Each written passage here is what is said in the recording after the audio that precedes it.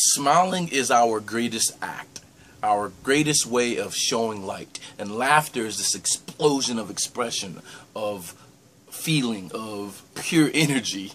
And that energy is the shield or the veil that hides or momentarily masks all of our problems in the world.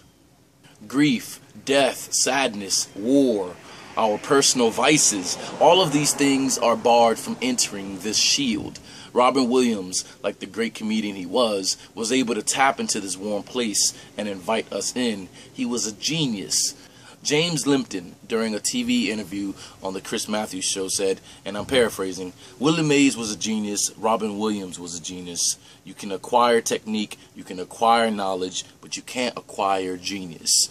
Lately, we've lost geniuses in very tragic ways. Michael Jackson, Whitney Houston, and now Robin Williams. Their tragic death is what makes the news of their death so polarizing.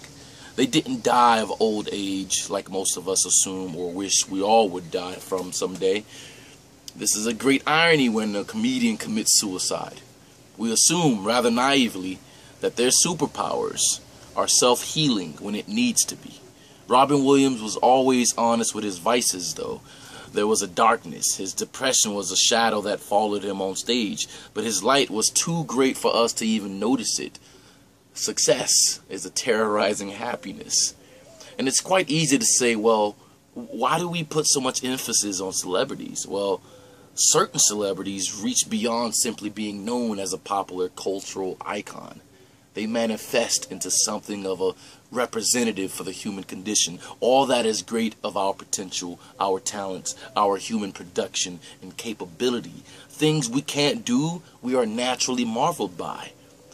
And we will go on with our lives, wars will go on, schools will begin, then end, and we will love our own things along with the people that are tangible in our lives.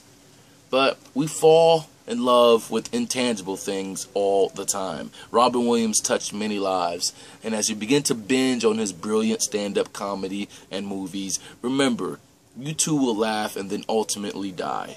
So seek help now if you need it. No one wants to die before his or her time is truly up. And although some people may say suicide is a selfish act and he's rich, why would he commit suicide? You need to research about mental health and its many mental diseases before making this general statement about suicide.